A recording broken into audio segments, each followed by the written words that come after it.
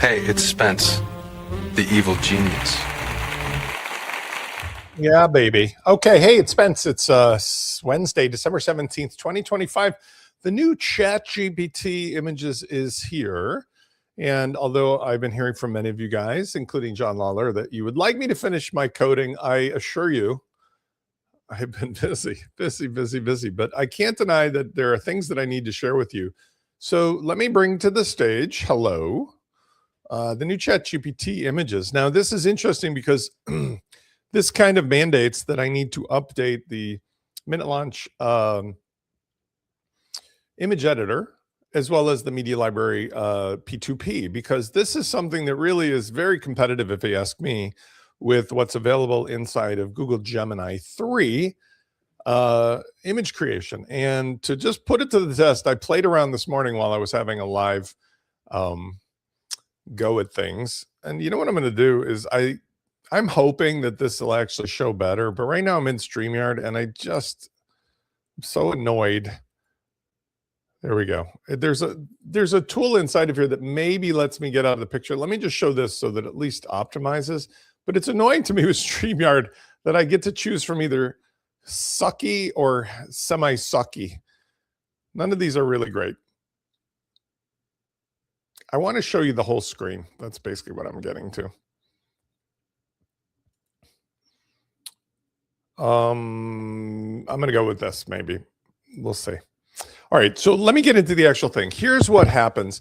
If you are using this natively, which you can actually do, you can just take an image and upload it. They've got a lot of features here that are really quite unique, and I think an improvement upon what we've been doing previously, even with Google Gemini itself. Now, if you're not familiar with Google Gemini, you go to gemini.google, and they're basically giving away the farm for free.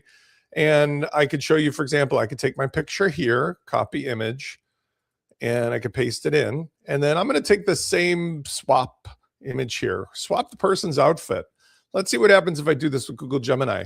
Now, typically, I do not do this inside of Google Gemini. I do this inside of, you guessed it, inside my WordPress site in the media library using either Fluent MCP or using MinuteLaunch AI, because I have a special tool that allows me to generate the images and save it inside. But the engine currently has been done only with Google Gemini. I'm going to be adding ChatGPT image as well. Now, this is actually a good representation. Here's the Google Gemini 3 image. It's not bad. Added some puka shells, kept me inside of the circle.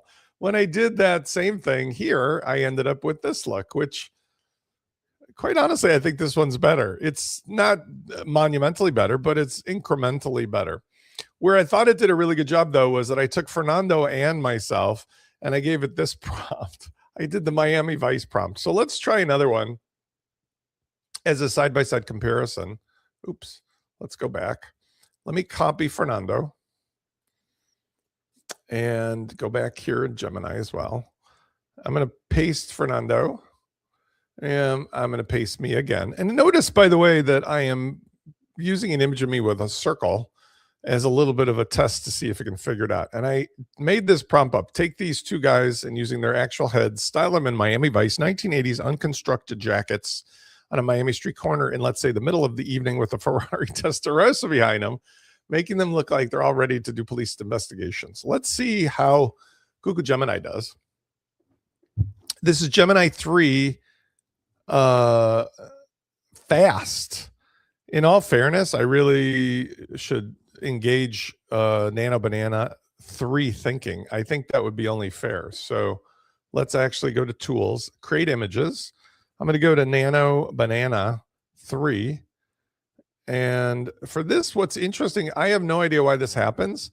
Something puts those weird, I don't know what those things are on the screen when I'm doing Nano Banana. I think there's a defect. I think there's a defect with one of my extensions that's causing these little weird snowballs. I just want to make sure that we're using thinking mode. Let's see what it comes up with. The reason that this is an interesting comparison as well is that, you know, when you compare what Google Gemini Flash 2.5 to 3 did, you could see ChatGPT, you know, started this whole game. but its image creation was really pretty weak. Now they seem to be very competitive. And more importantly, some of the extra features are neat. Now, what's interesting here is this just put Don Johnson in. So clearly it was confused by the fact that I didn't have a recent copy paste. So let me just do this. Copy image. And again, I'm not trying to literally recreate my review of Gemini, but I'm just going to do a side-by-side to see if we get a big difference. Let's see what this comes out with. Nano Banana 3.0 versus what ChatGPT Images 2 did. Now, this is interesting too. This was unhappy, and I find this amusing. Gemini is copyright infringing on me because of my picture of Fernando, who anybody who grew up in my era knows is a real person. Well, a deceased real person. Ricardo Montalban. So that's interesting as well.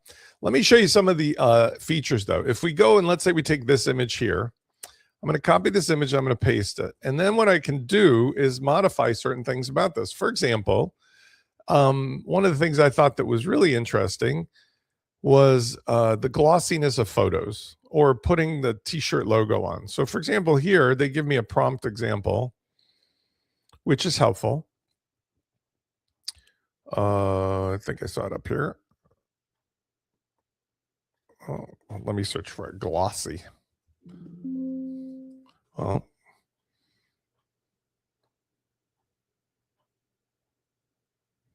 small faces, creation space, styles limitation. Let's see. Sometimes when I do these demos, I get lost and well, I'm going to do what I remember. So what I remember it saying is take the image of this reference person and make it into a photographic representation as if I was looking at a photograph that was printed on super glossy stock with a white border around it, a slight page curl, and put the photo on a wood tabletop. Now that's an interesting prompt because that's something you might do if you're doing like, this is an image as if you were looking at it like somebody's looking at old photos, right? Like I recently dug up a bunch of old photos that were from my wayward childhood in law school and otherwise, and I was really pleased to see them. But at the same time, you know, they show the edges of the photograph and so on and so forth. And we don't do that anymore. With digital, we've sort of lost that, oh, look, it's on a Polaroid picture thrown on the table. Look. Let's see if we can pull this off. I'm interested to see whether or not this makes the actual image or it makes some kind of weird hybrid. No, it did. It did a nice job.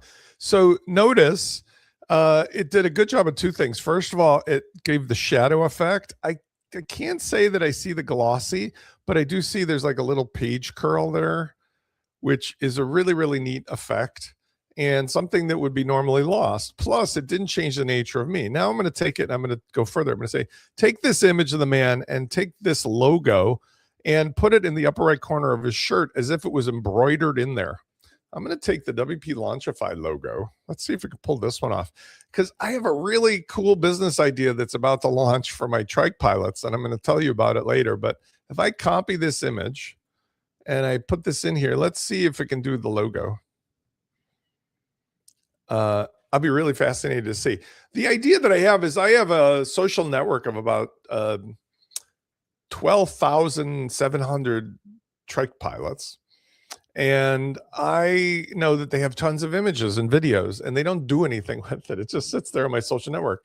I had an idea about how we can take those and combine them with rock and roll t-shirt themes and do something very interesting. And one of the ways we do that is, of course, having a Nano Banana, or maybe in this case, ChatGPT Images 2 pulling off the actual compilation. Let's see if we get this. Looks like it's about to make him into an elf. It's always like interesting how it comes out. Look at that. It's like painting the screen.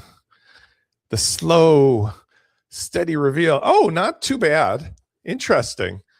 It did a reasonable job. Not the best, but not the worst, right? So here's my source. Here's the Don Johnson. I wish I was looking like this these days with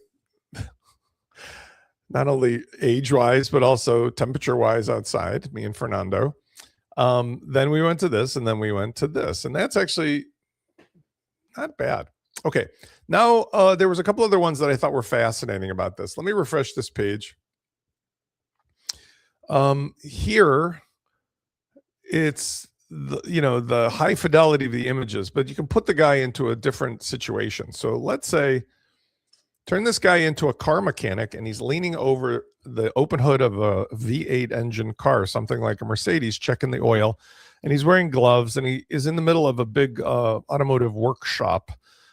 Give realistic workshop lighting and shadows so that you can see that he really appears to be under the car, and the lights are affecting his the shadows on his body differently. So that's an interesting prompt, because I'm not the best at these, but lighting, positioning, background, context, that seems to be something that really differentiates these models. Let's see how well it does. While we're looking at that, in case you aren't familiar, if you're using, again, our MinuteLaunch, here's an example of what the current media library tools do, because I use this almost every day. Go to Media Library, and I create an AI image. And this has built into it presently the engine for Google Gemini 2.5 and 3, but I'm going to probably add the ChatGPT. I can select any image from the Media Library as a starting point. Let's just do the same thing, actually. Let's take this, and I'm going to take this very prompt. Now, the difference is that I built tools in here that make it easier for you, since you're already in WordPress, to do what I do every day, which is generate the images for my thumbnails. I've also added a prompt creation helper that can give you some suggestions on things like the lighting and making it better. If you're using this specific reference image, you of course have to make sure that you edit the prompt so it doesn't do weird stuff like here, create a detailed digital art scene, create a high resolution photograph of a young African-American male. Obviously, if I want to do the one of me, I'll just change the reference image. But notice the other things. In a bustling automotive workshop with various tools scattered around, these little differences really do help. I'm going to stick with what I got, but I will say that some of these things are pretty useful. Like, he is dressed in a fitted gray mechanic shirt, blue jeans, engaged in the oil. That's a pretty good prompt. Let's see if my prompt does something, and we'll see how that compares to what came out of the new version of Chat. Now, look at the one that Chat did. That's actually really good. And notice it put me in overalls with the gloves, really interesting lighting effect. And it did my logo. I don't know if I can zoom in on that a little bit. It did my logo in a way that I think is quite fascinating. It kept the logo, but it changed the colors. It screwed up the letters, though. It turned it into Lanchfi. But other than that, I'm thinking like I'm ready to go work on Mercedes. That's not too bad. Let's see how it came out with Google Gemini Flash 2.5. And this is what's interesting to me. Number one, first of all, this is nice because it's already in my media library, ready to use. But it's not like the end of the world. You can always copy and paste it in anyway. But if I open this up, let's take a look at one of the main differences of, I think, Gemini Flash in the 2.5 is this feels just slightly like I'm a video game character. Not 100%, but the softness and the way this is makes it feel a little bit more like it's painted. Whereas this one definitely feels photorealistic. I mean, in other words, it would be really, if I didn't know me, it'd be really, really tough to tell this from a photograph. So I think we're going to develop more stuff. I'm personally going to develop more stuff. I just wanted to share with you guys that this is the kind of stuff that we're in an arms race right now to receive. And what I'm continuing to do is every day, I mean, I have 2, 3, 4, 5 different things that I'm working on that are basically designed to incorporate these into the box that you own and control with either MinuteLaunch or Fluent MCP. And in doing so, you can have the kind of output and outcome that, quite honestly, was just not possible, even with a huge budget in the past, but now is possible with nearly a minimal budget, right? A couple $100 a month. I want to show you two real quick before I leave, because I realized I had a couple other extra ones. These were funny. I did these earlier. Let me zoom back out. I did my holiday greeting cards early. So if I go back to my stuff here, look, it's Spence's holiday card. I'm ready to go. My mom took me to the Walmart or the Kmart. I mean, these are really quite awesome, to be honest with you. I would not be embarrassed to send this out for my Chronica holiday cards this year. Put a menorah on there and I'm ready to go. There's also, I think, one other funny one that I did. Bobblehead. I thought this, I don't know if I'm ready for this one, but it is amusing. So there's lots of capability here. I hope you guys enjoyed this little sneak peek of what it's possible to do, and I'll be sharing more with you in tomorrow's video. I'll see you then.